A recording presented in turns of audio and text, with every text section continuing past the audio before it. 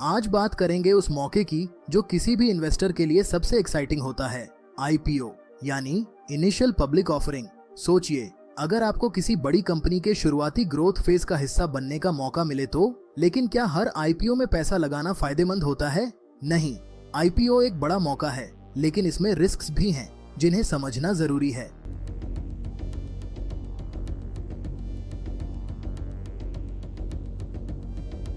तो आईपीओ होता क्या है, सीधा समझें। जब कोई प्राइवेट कंपनी पहली बार अपने शेयर आम लोगों को बेचती है और स्टॉक मार्केट में लिस्ट होती है तो इसे आईपीओ कहते हैं। ये कंपनी के लिए पैसा रेज करने का तरीका होता है जिससे वो अपने बिजनेस को ग्रो कर सके। लेकिन सिर्फ नाम बड़ा होने से आईपीओ अच्छा नहीं बनता। इसके पीछे कई फैक्टर्स होते हैं जिन्हें समझना जरूरी है। अब सवाल, आईपीओ काम कैसे करता है? सबसे पहले कंपनी को सेबी से अप्रूवल लेना पड़ता है जिससे ये कंफर्म हो कि उसके फाइनेंशियल रिकॉर्ड्स और ऑपरेशंस ट्रांसपेरेंट हैं। फिर कंपनी अपने शेयर्स की कीमत तय करती है। ये या तो फिक्स्ड प्राइस होती है या प्राइस बैंड में होती है। उसके बाद इन्वेस्टर शेयर्स के लिए बिड करते हैं और डिमांड के हिसाब से लिस्टिंग प्राइस डिसाइड होती है।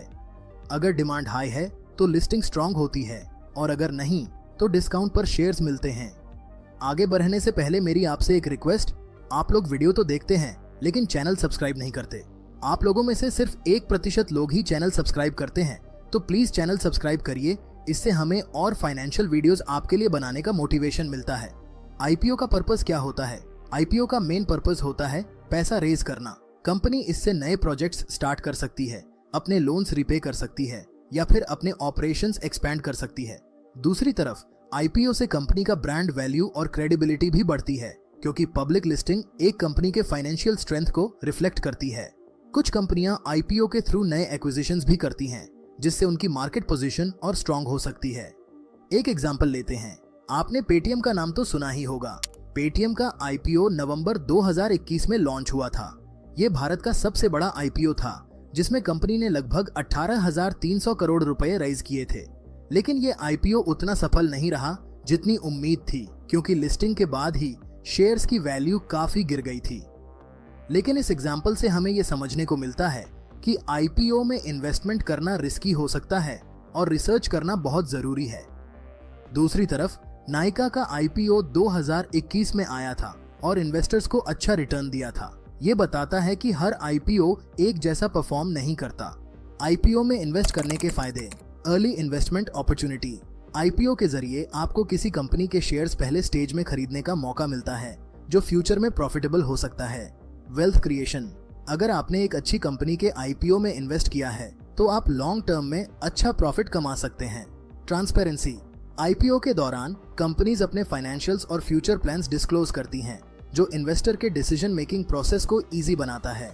लेकिन आईपीओ में रिस्क भी होता है। Over valuation. कभी कभी कंपनी अपने शेयर्स को मार्केट वैल्यू से ज्यादा प्राइस पर ऑफर करती है जिससे इन्वेस्टर्स को नुकसान हो सकता है। आईपीओ का परफॉर्मेंस पूरी तरह मार्केट के सेंटिमेंट पर डिपेंड करता है। अगर मार्केट में पॉजिटिव माहौल है तो आईपीओ को अच्छा रिस्पांस मिलता है, लेकिन अगर मार्केट में डर या गिरावट का माहौल है तो अच्छे आईपीओ भी कमजोर प्रदर्शन कर सकते हैं। एक और इम्पोर्टेंट पॉइंट ये है कि आईपीओ के दौरान कंपनी की पूरी जानकारी अवेलेबल नहीं होती।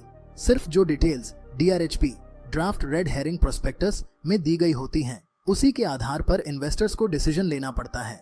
इसका मतलब है कि आपके पास लिमिटेड इंफॉर्मेशन होती है जिससे रिस्क बढ़ सकता है। इसके अलावा कुछ आईपीओ में लॉक इन पीरियड होता है, खासकर प्रोमोटर्स और अर्ली इन्वेस्टर्स के लिए। इसका मतलब ये है कि वो कुछ समय तक अपने शेयर्स बेच नहीं सकते जिससे स्टॉक प्राइस पर असर पड़ सकता है।